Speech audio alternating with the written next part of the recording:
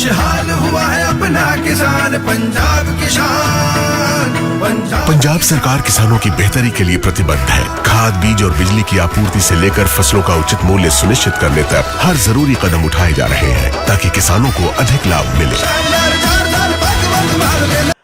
अस्सलाम वालेकुम नाजरीन, आज 22 मार्च है और मैं आपका दोस्त नदीम अकरम हाजिर हूं मिडल ईस्ट की 16 बड़ी और सनसनीखेज खबरों के साथ। जहां बात होगी हुर्मुज पर ईरान का कब्जा, अब हर जहाज देगा टैक्स, दुनिया में मचा हड़कंप। वहीं बात होगी ईरान के नए दावे की, F-15 जेट गिराया, जंग अब आसमान में खुलकर शुरू हो चुकी है।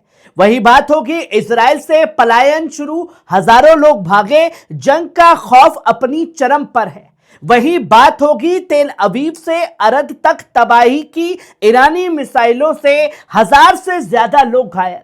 वही बात होगी सऊदी अरब के बड़े फैसले की, ईरानी अफसर 24 घंटे में देश छोड़ें। तो चलिए शुरू करते हैं आज की ये बड़ी मिडल ईस्ट की खबरों का सिलसिला, जहां ये तमाम खबरें आपके सामने होंगी। वहीं आप पहली खबर अपनी स्क्रीन पर देख सकते हैं, ईरान का खुला पैगाम। दोस्तों, इस वक्त ईरान के राष्ट्रपति मसूद पेज़ेश्कियान ने खुलकर एक बड़ा ऐलान कर दिया। ईद के मौके पर ईरान के राष्ट्रपति मसूद पेज़ेश्कियान ने साफ शब्दों में कहा कि हम अपने पड़ोसी और इस्लामी मुल्कों से किसी जंग में नहीं हैं, आप हमारे भाई हैं। और साफ कहा कि हमारे पास इख्तिलाफ का फायदा सिर्फ ज़ायनिस्ट ताकतों को होता है। साथ ही उन्होंने ये दुआ की कि ईद उम्मत में इत्तेहाद और ताकत लेकर के आए, ना कि ना इत्तफाकी, ना ही दिलों की दूरियां। दोस्तों, जंग के बीच ये पैगाम सुलह और एकजुटता की तरफ बड़ा इशारा करता है। वहीं आप ये दूसरी खबर देखिए, हुर्मुज पर ईरान का पूरी तरीके से कंट्रोल। दोस्तों, इस वक्त हुर्मुज से जो खबर आई है उसने पूरी दुनिया में हड़कंप मचा दिया है। हुर्मुज स्ट्रेट पर अपना दबदबा ईरान ने कायम रखा है। गुजरने वाले जहाजों को $2 मिलियन यानी कि ट्रांजिट फीस लेना शुरू कर दिया है। ईरानी समंदर का दावा है कि यह उनकी ताकत और हकमियती का नया पैमाना है। याद रखिए, ये वही रास्ता है जहां से दुनिया का करीब 20% तेल और गैस गुजरता है। दोस्तों, इस तरह से और इन कदमों से इलाके में नहीं बल्कि पूरी दुनिया में हड़कंप मचा हुआ है, हलचल मची हुई है कि इकोनॉमी पर बड़ा असर पड़ेगा। वहीं आप ये तीसरी खबर देखिए, कतर में मिलिट्री हेलीकॉप्टर हादसा, 7 में से 6 जवानों की मौत, एक लापता। दोस्तों, कतर से एक दुखद खबर भी सामने आई, जो तस्वीरें खासतौर पर दुनिया के सामने हैं। देश की समुद्री हदों में एक हेलीकॉप्टर क्रैश हो गया है। 7 में से 6 लोगों की लाशें बरामद कर ली गई हैं, जबकि एक शख्स अब भी लापता बताया जा रहा है। हादसा कैसे हुआ, क्यों हुआ, यह हादसा था या हमला, इसकी जांच चल रही है। हुकूमत के मुताबिक यह हादसा एक तकनीकी खराबी की वजह से हुआ। दोस्तों, बढ़ते तनाव के बीच ये हादसा हालात को और संगीन लगातार बना रहा है। वहीं आप ये चौथी खबर देखिए, इराक से सभी फौजी स्टाफ हटाए गए, नाटो का बड़ा कदम। दोस्तों, जब ईरान की ताबड़तोड़ मिसाइलें हर तरफ बरस रही हैं तो नाटो के दिल में दहशत है, और इसी बीच नाटो ने बड़ा कदम उठाया और इराक से मौजूद अपने मिशन के लिए सभी स्टाफों को यूरोप शिफ्ट कर दिया गया है। चाहे वो फौजी हों, चाहे सरकारी अधिकारी हों, चाहे कोई हो, उन सबको दूसरी जगह शिफ्ट किया गया है। अब यह मिशन इटली के नेपल्स से ऑपरेट किया जाएगा। नाटो का साफ तौर पर कहना है कि यह सिर्फ सुरक्षा और ऑपरेशन बदलाव का बड़ा हिस्सा है, जो ये दिखाता है कि जो कभी इतिहास के पन्नों में नहीं हुआ, वो नाटो भी अब ईरानी मिसाइलों की जद में आया तो खौफ खारे इराक छोड़ कर भागा है। वहीं आप 5वीं खबर देखिए, हुर्मुज के पास एक बड़ा दावा सामने आया। ईरान ने F-15 फाइटर जेट मार गिराने का ऐलान किया है। दोस्तों, ईरान ने एक बड़ा दावा किया जिसने एक बार फिर अमेरिका इजराइल की पोल खोली है। ईरान ने कहा है कि उसके एयर डिफेंस सिस्टम ने होर्मुज आइलैंड के पास एक F-15 फाइटर जेट को मार गिराने का काम किया है।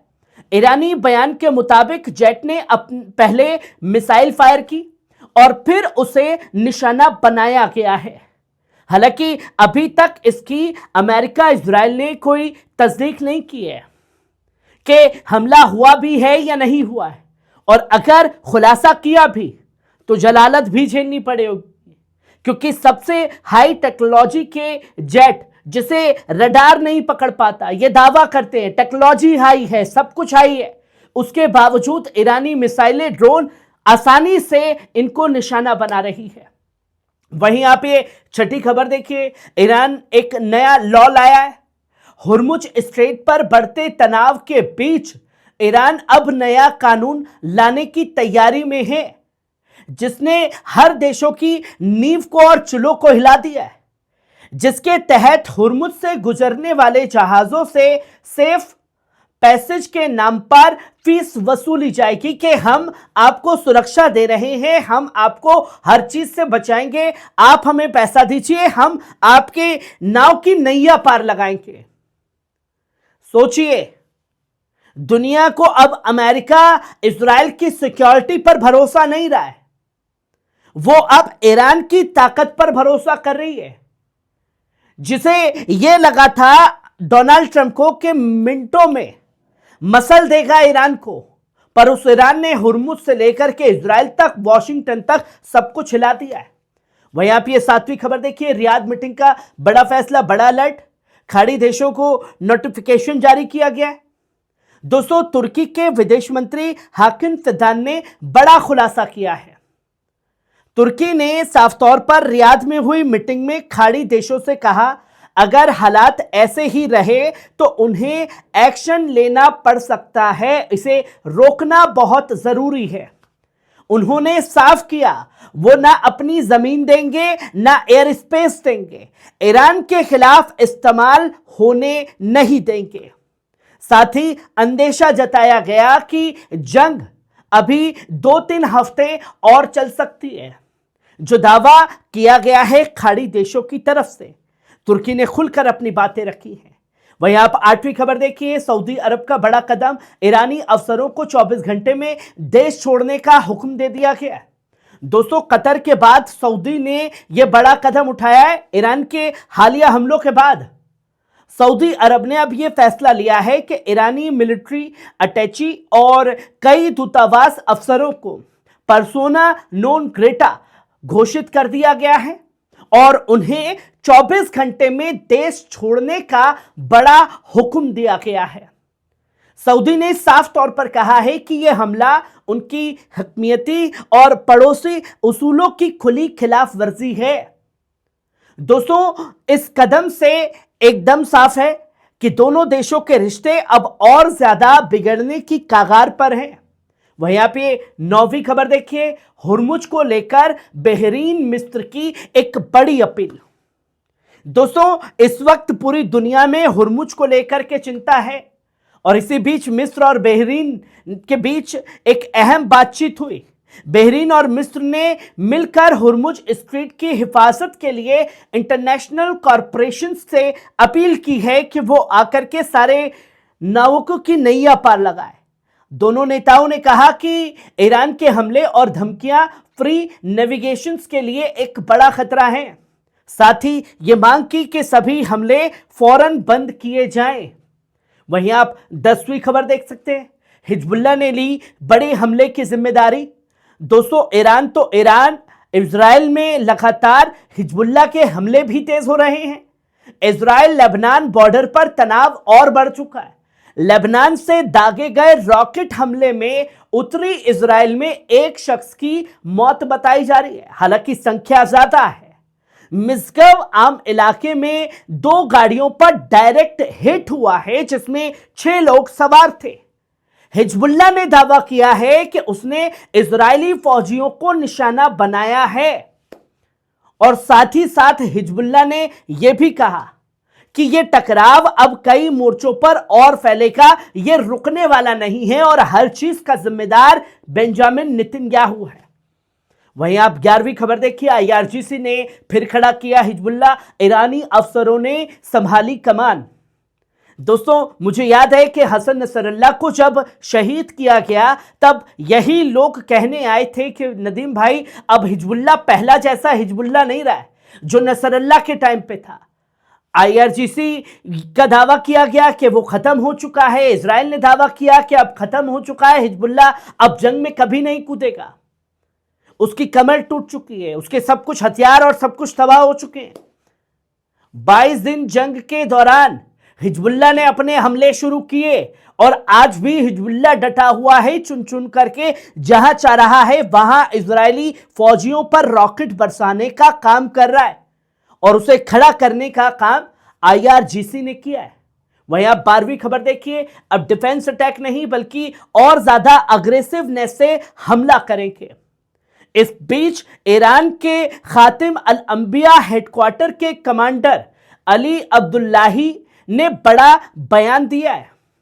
उन्होंने साफ तौर पर कहा है कि अब ईरान डिफेंस से अटैक मोड में आ चुका है और नए एडवांस हथियारों से दुश्मनों के सारे हिसाब बदल देगा और यह बीती रात करके दिखाया ईरान ने।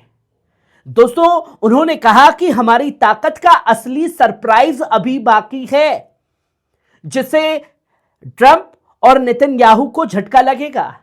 यह बयान साफ दिखाता है कि जंग अब और ज्यादा खतरनाक मोड़ लेने वाली है। वहीं आप ये 13वीं खबर देखिए, ईरान के मिसाइल हमलों से दहला इजराइल, तेल अवीव से अरद तक तबाही, सैकड़ों जख्मी। दोस्तों, बड़ी खबर रात को सामने आई, अब उसके रिजल्ट जो हैं हर जगह छपने लगे हैं। ईरान ने एक बार फिर मिसाइलों की नई लहर से इजराइल को हिलाकर रख दिया है। दोस्तों, तेल अवीव समेत कई इलाकों में ताबड़तोड़ धमाकों की आवाजें सुनी गई, सायरन बजे और तबाही के मंजर जो हैं सामने आ गए। रिपोर्ट्स के मुताबिक तकरीबन 1000 से ज्यादा लोग जख्मी हुए और कई की हालत नाजुक बताई जा रही है। अरब में जिस तरीके से हालात थे इतने खराब हुए कि पूरा मोहल्ला एक मिसाइल से खत्म कर दिया, दर्जनों इमारतें तबाह हो गई और लोगों को इलाका खाली करना पड़ा। दोस्तों, ये हमला साफ तौर पर दिखाता है कि जंग अब और ज्यादा तेज हो चुकी है और आने वाले समय पर ईरान के एक सरप्राइज अटैक होने बाकी है। वहीं आप ये 14वीं खबर देखिए, ईरान का सख्त रुख, सीजफायर तभी जब गारंटी मिले।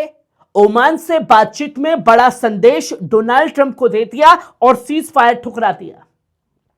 दोस्तों, ईरान के विदेश मंत्री अब्बास अराक्ची ने ओमान के साथ बातचीत में साफ तौर पर कह दिया है कि ईरान किसी भी ऐसे सीज फायर को नहीं मानेगा जो पुराने हालात को दोहराए। उन्होंने साफ तौर पर कहा कि जंग खत्म करनी है तो मुकम्मल और पक्का हल चाहिए, वरना भूल जाओ कि जंग रुकेगी। साथ ही इंटरनेशनल गारंटी भी जरूरी है, क्योंकि अब डोनाल्ड ट्रंप पर भरोसा नहीं रहा है और जब तक हमला जारी है ईरान अपना दिफाई हक इस्तेमाल करता रहेगा। वो इस जंग में पीछे हटने वाला बिल्कुल नहीं है।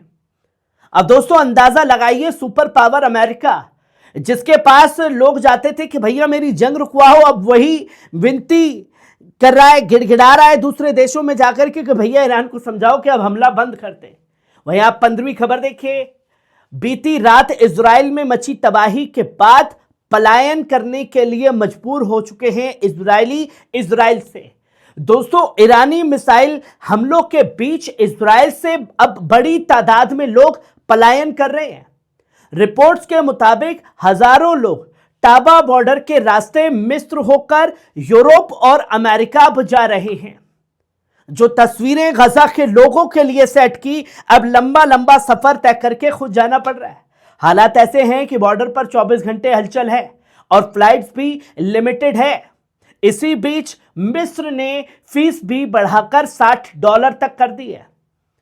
अब दोस्तों देखिए, यह मिस्र का दोगलापन। जब गजा के लोगों पर बम गिर रहा था तब इनसे गेट नहीं खोला गया और जब लोग गजा की मदद के लिए लाखों की संख्या में इनके बॉर्डर पर पहुंचे, तब गेट ओपन नहीं किया गया। पर अब इजरायलियों के भागने के लिए पैसा वसूलना है तो सारे गेट खुल चुके हैं इजरायलियों को बचाने के लिए। वहीं आप आखिरी और 16वीं खबर देखिए। ईरान ने बड़ा दावा किया है। ईरान ने दावा किया है कि बेन गुरियन एयरपोर्ट पर हमला किया, उसके एडवांस ड्रोन RS-2 से यह हमला किया गया है। ईरानी फौज के मुताबिक यह ड्रोन रडार से आसानी से पकड़ में नहीं आता और लंबे वक्त तक उड़ान भर सकता है। साथ ही साथ ईरान ने यह भी कहा है कि इसे बड़ी तादाद में कभी भी लॉन्च किया जा सकता है, 100-200 की तादाद में, जो तस्वीरें दुनिया के सामने हैं। नाज़रीन, ये थी मिडल ईस्ट की 16 सबसे बड़ी अहम खबरें। आपको कैसी लगी कमेंट बॉक्स में आकर के अपनी राय जरूर दीजिएगा। शुक्रिया।